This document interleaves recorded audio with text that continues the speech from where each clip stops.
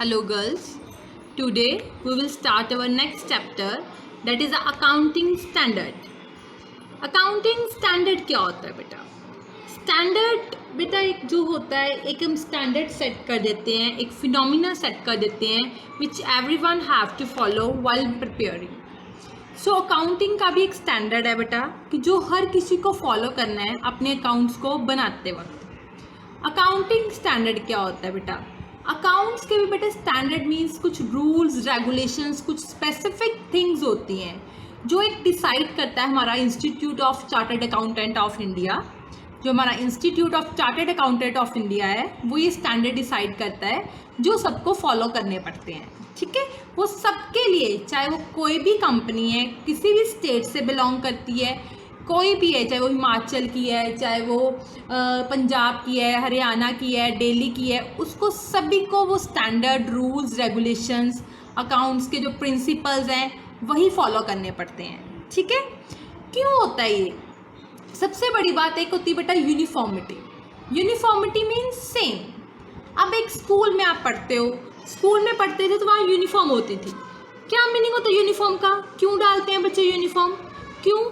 क्योंकि ये सोचा जाता है कि स्कूल की नज़रों में सब बच्चे समान हैं, एक बराबर है, उनमें कोई भी भेदभाव नहीं है, चाहे वो अमीर है, चाहे वो गरीब है, चाहे वो किसी भी कास्ट से बिलोंग करता है, स्कूल को इससे कोई भी फ़र्क नहीं पड़ता. जब वो बच्चे यूनिफॉर्म डाल के आते हैं तो स्कूल की नज़रों में सब बच्चे सेम होते हैं. यही मतलब होता है ना हमारा यूनिफॉर्म का.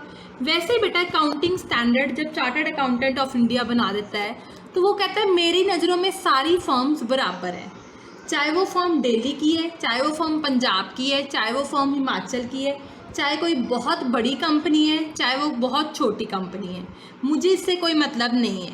मैंने जो रूल्स रेगुलेशंस गाइडलाइंस सेट कर दी हैं वो सबको फॉलो करनी पड़नी है और वो सबके लिए क्या है? सेम है. ठीक है, अब देखो अकाउंटिंग स्टैंडर्ड क्या होता है. Is select of accounting policies. हमारी पॉलिसीज होती हैं और उसमें हमारी क्या लिखी होती है? गाइडलाइंस. गाइडलाइंस मीन्स हमें काम कैसे करना है. रिगार्डिंग द प्रिंसिपल्स और मेथड, कि हमने कौन सा मेथड चूज़ करना है. जैसे मैंने आपको एक एग्जांपल दी थी एक बार कि हम स्टॉक को निकालने के हमारे मेथड्स होते हैं. वैसे ही बेटा एक कंसेप्ट होता है हमारा डेप्रिसिएशन. हमारा फुल फ्लेज चैप्टर है आपका +1 में, मैं आपको करवाऊँगी. डेप्रिसिएशन को निकालने के बेटा हमारे वेरियस मेथड्स होते हैं कि आपको कितने मेथड्स में से आपको कौन सा मेथड चूज़ करना है. आपको पूरी गाइडलाइंस दी जाती है, आपको रूल्स रेगुलेशन सब बताया जाता है. वो होता है हमारा अकाउंटिंग स्टैंडर्ड. क्या होता है? Selected set of accounting policies and guidelines regarding the principles and methods to be chosen out of several alternatives. Next है what is the main objective of accounting standard. क्यों, क्या मकसद क्या है अकाउंटिंग स्टैंडर्ड का? Institute of Chartered Accountant of India ये accounting standard क्यों बनाता है? क्यों बनाता है ये? To harmonise the diverse accounting policies and practices at present in use.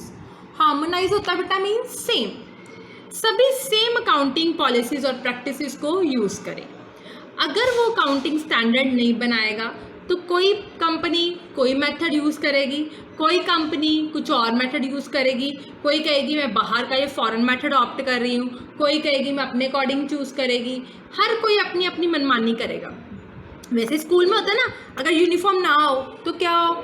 हर कोई अपनी मर्जी से कपड़े पहन के आएगा, कोई जीन पहन के आएगा, कोई सूट्स पहन के आएगा, कुछ भी. ठीक है ना, क्योंकि हार्मोनाइज नहीं है, कुछ ना सिस्टम नहीं बनाया हुआ, तो सब अपनी मर्जी से कपड़े पहनते हैं. बट अगर एक सिस्टम हो जाए, एक स्टैंडर्ड सेट हो जाए तो सबको फिर वही रूल्स फॉलो करने ही पड़ेंगे. इसलिए अकाउंटिंग स्टैंडर्ड कहते हैं मेन ऑब्जेक्टिव क्या है इसका, कि ताकि सभी डाइवर्स अकाउंटिंग पॉलिसीज़ को फॉलो ना करें, डिफरेंट पॉलिसीज़ को फॉलो ना करें, सभी सेम फॉलो प्रैक्टिसेस को, रूल्स रेगुलेशंस को सभी कंपनी सेम ही फॉलो करें. नेक्स्ट है state any 2 advantages of setting accounting standards. इसमें बेटा हमें 3 एडवांटेजेस दिए हैं. पहला एडवांटेज क्या है हमारी? Reduction in variation. क्लियर होगी ना आपको बात?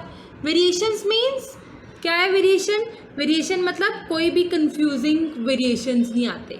वेरिएशन मतलब मैं कुछ और फॉलो कर रही हूँ, मेरी साथ वाली कॉम्पिटिटर कंपनी कुछ और फॉलो कर रही है, तो हमारे कोई भी रिजल्ट में वेरिएशंस नहीं आते। अब मैं ही हूँ, मैं स्टॉक को कैलकुलेट करने के लिए काफ़ी मेथड्स हैं, आपको मैंने बताया था, 2 बता देती हूँ आपको फिर। LIFO and FIFO. लिफो क्या होता है? Last in first out. FIFO क्या होता है? फर्स्ट इन फर्स्ट आउट, जो पहले खरीदा उसको पहले बेचो। लिफो होता है जो लास्ट में खरीदा उसको पहले बेचो। हर कोई अपने मेथड ऑप्ट कर रहा है। अगर मैं लिफो ऑप्ट कर रही हूँ तो मैं काफ़ी सालों से लिफो ही ऑप्ट कर रही हूँ, इससे मेरे रिजल्ट्स में चेंजेस नहीं आएंगे, वेरिएशंस क्या हो जाएंगी? कम हो जाएंगी। नेक्स्ट क्या है? Disclosure beyond that required by law. There are certain areas where important information is not statutory required to be disclosed. Statutory means compulsory. कुछ एरियाज हैं जहाँ पे इम्पॉर्टेंट इन्फॉर्मेशन रिक्वायर नहीं है डिस्क्लोज, आप न चाहे इन्फॉर्मेशन करो चाहे ना करो। बट अगर आप स्टैंडर्ड को फॉलो करते हो तो हमारा जो institute of Chartered Accountant of India है आपसे कभी भी वो इन्फॉर्मेशन मंगवा सकता है। समझ के बाद कई बार हम बैलेंस शीट में अपनी प्रॉफिट एंड लॉस अकाउंट में सारी इन्फॉर्मेशन डिस्क्लोज नहीं करते, बट जो हमारा institute of Chartered Accountant of India है वो हमसे कभी भी इन्फॉर्मेशन मंगवा सकता है। नेक्स्ट है फैसिलिटेट्स कंपैरिजन।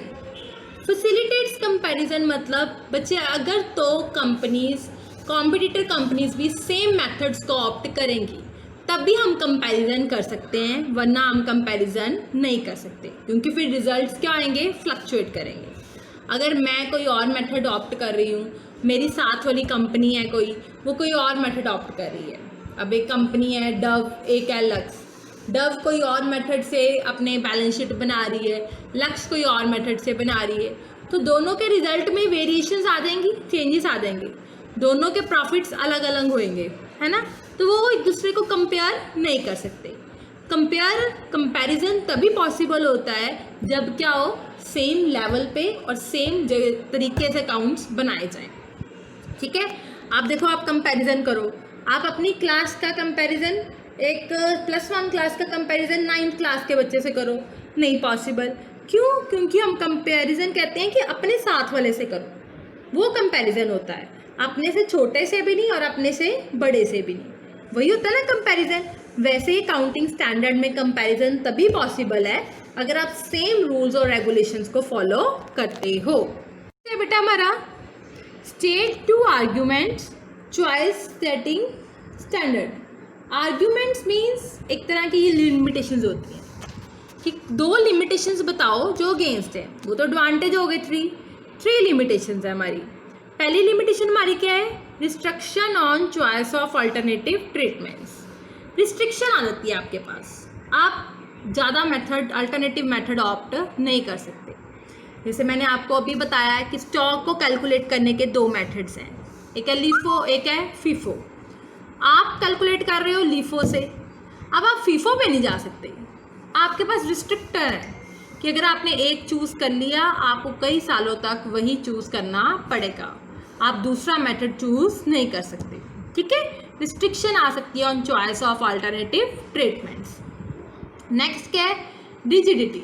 रिजिड होता है मतलब fix, it cannot be dynamic. Rigid means fix, जो जल्दी चेंज नहीं हो सकता।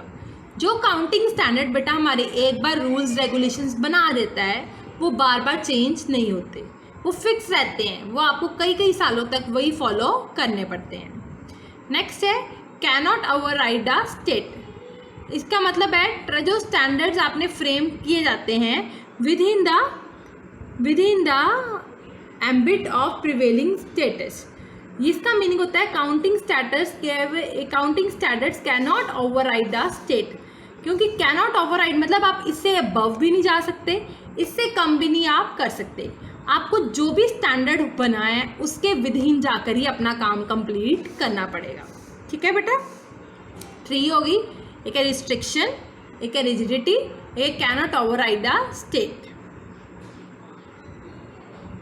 नेक्स्ट है who sets accounting standards in India. Who sets कौन करता है? Institute of Chartered Accountant of India, मैंने अभी आपको बताया।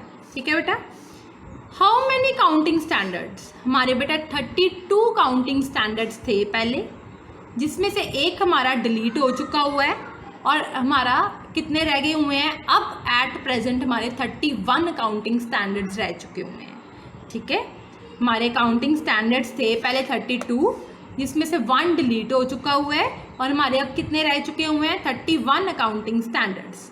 जो डिलीट हो गया है, जो फिनिश हो गया है, वो है हमारा counting standard number 8। Accounting standard 8 has been withdrawn consequent to the issues of accounting standard on intangible asset. Counting standard 8 हमारा विड्रॉ हो गया हुआ है। कहते हैं क्या सभी काउंटिंग स्टैंडर्ड कंपल्सरी हैं? Yes, all the counting standards are compulsory. So बेटा in this chapter you will have to write the questions. आपको सिर्फ वेरी शॉर्ट क्वेश्चंस करने हैं। You will have to learn it and write it on your notebook. If you have any query, then you can ask from me personally. Thank you, beta.